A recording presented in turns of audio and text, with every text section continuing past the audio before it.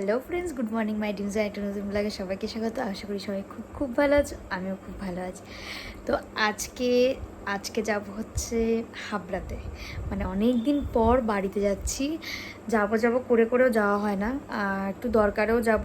আর মাংস সাধারণত সামনেই অন্নপ্রাশনের একটা প্ল্যানিং আছে, মানে আমাদের 5 মাসে একটা মুখে প্রসাদ হয়, 7 মাসে হচ্ছে মেন অন্নপ্রাশন হয়। তো তো তার জন্য একটা জামা ওর অর্ডার দেওয়া আছে, ওটাও দেখবো যে ঠিকঠাক করেছে কিনা। তো তার জন্যই হাবড়া মেনলি যাওয়া। তো যাই হোক, অনেক দিন যাই না, সেই জন্য আরও বিশেষ করে যাওয়াটা। তো আজকে আমি, বাবার, মাংস যাব, প্লাস ওকে যে দেখাশুনো করে যে ওর আন্টি, সে আন্টিও যাবে। তো আমরা সবাই মিলে যাচ্ছি, তার কারণ আমি থাকবো না, আজকেই চলে আসবো। একদিনও হাবড়া গিয়ে থাকলে আমার মেয়ে থাকতে চায় না, তার কারণ ও বাড়ির সবাইকে দেখে দেখে অভ্যস্ত। তো আর ও ওই বাড়িতে যেহেতু খুব একটা কাউকে চেনে না, কিছুক্ষণ পরেই কান্না শুরু করে দেয়। তো যেহেতু আমরা একটু মার্কেটের দিকে বেরোবো, ওই জন্য সাধারণত ওর আন্টিটাকে নিয়ে যাচ্ছি। নাহলে আমরা তো দুজনেই যেতাম, আর মাংস যেত। তো চলো, আবার রাস্তা যেতে গল্প হচ্ছে। তো এখন আর লেট করবো না, রেডি হয়ে নিই, কারণ অনেকটা অলরেডি লেট হয়ে গেছে। তো চলো, লেটস গো। এখন রেডি হয়ে আবার কথা বলছি। ফাইনালি আমি রেডি হয়ে গেছি, তো চলো এখন বেরোনো যাক। বলে আমি তো মামা বাড়িতে ঘুমু ঘুমু করে আসি।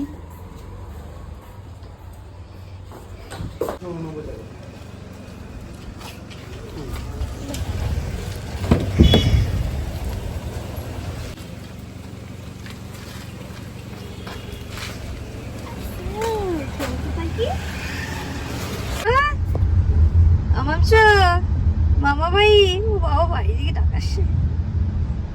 মামা ভাই ঘুমু ঘুমু করতে যাচ্ছি তো আমরা। তুমি ডাকাচ্ছ কোন দিকে?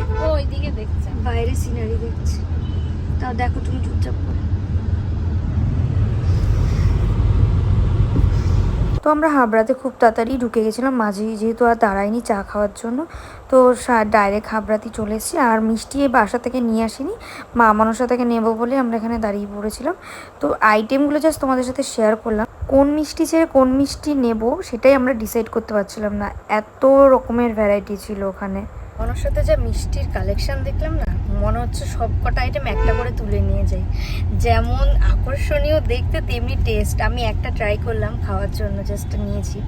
অসাধারণ টেস্ট ছিল, মানে ওরকম মিষ্টি আমাদের বাসায় তো এখন নেই বললেই চলে। আর এত মানে আইটেম আছে, খুব কম জায়গায় সেটা দেখা যায়। তো দারুণ। আমি 2 রকমের মোটামুটি মিষ্টি নিয়ে নিয়েছি, এবার আর কমন মিষ্টি নিয়ে নিই, প্রত্যেকবার রসগোল্লা নেওয়া হয়। তো এবার আমি গিয়ে 2 রকমের রকম মিষ্টি নিয়েছি। হ্যাঁ, মাংস আও করছো স্বপ্না, এই ডান দিকে রাস্তা ধরে একটুখানি এগুলো। এদিকে মাংস উঠে গেছে।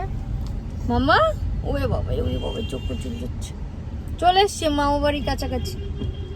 চলো এবার কোলে কোলে চলে এসছো মামা বাড়ি। কত লোকের সাথে দেখা হলো আস্তে আস্তে। রান্না করা।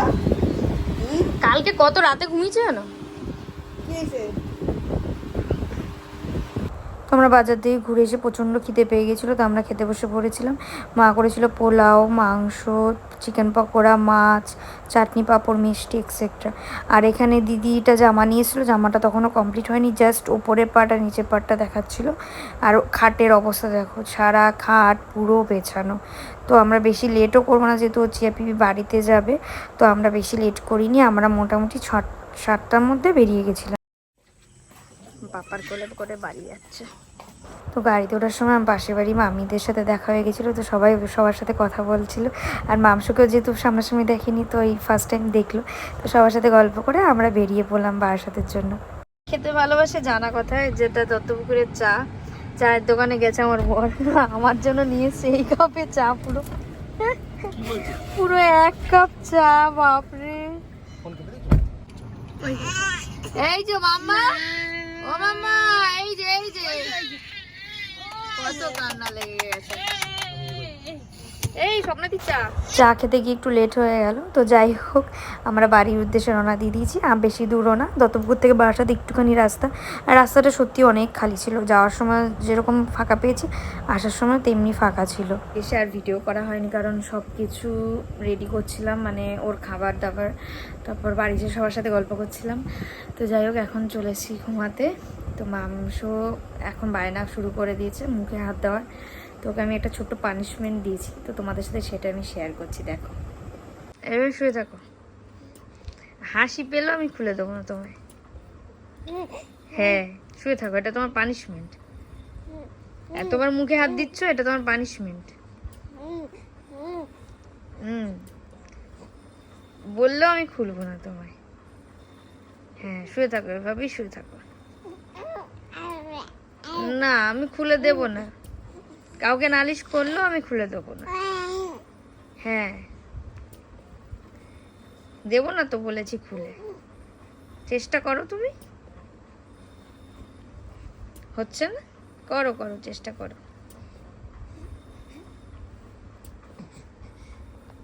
কি হলো? ও কেন কানু কেন? খোলো তুমি হাত। আচ্ছা আচ্ছা, ঠিক আছে, বার করো। লোকজন ডাকছো? আচ্ছা, একটা বার করে দিচ্ছি, ঠিক আছে। ইয়েস, ওই জিতে গেল, কান্নাকাটি করে ঠিক আমার হাতটা ওর বের করেই দিতে হলো। তো প্রত্যেক দিন রাত্রেবেলা এইরকম ঝামেলা করে ও, যে হাত মুখে দেবে, আবার ঘুম পেলে চোখ টোক চুলকেও ঘুম তাড়িয়ে দেবে। তো যাই হোক, ভিডিওটা আমি এখানে এন্ড করছি। ভালো লাগলে please like, comment, share and subscribe আমার চ্যানেল। দেখা হচ্ছে নেক্সট একটা ভিডিওতে। আজকের জন্য টাটা।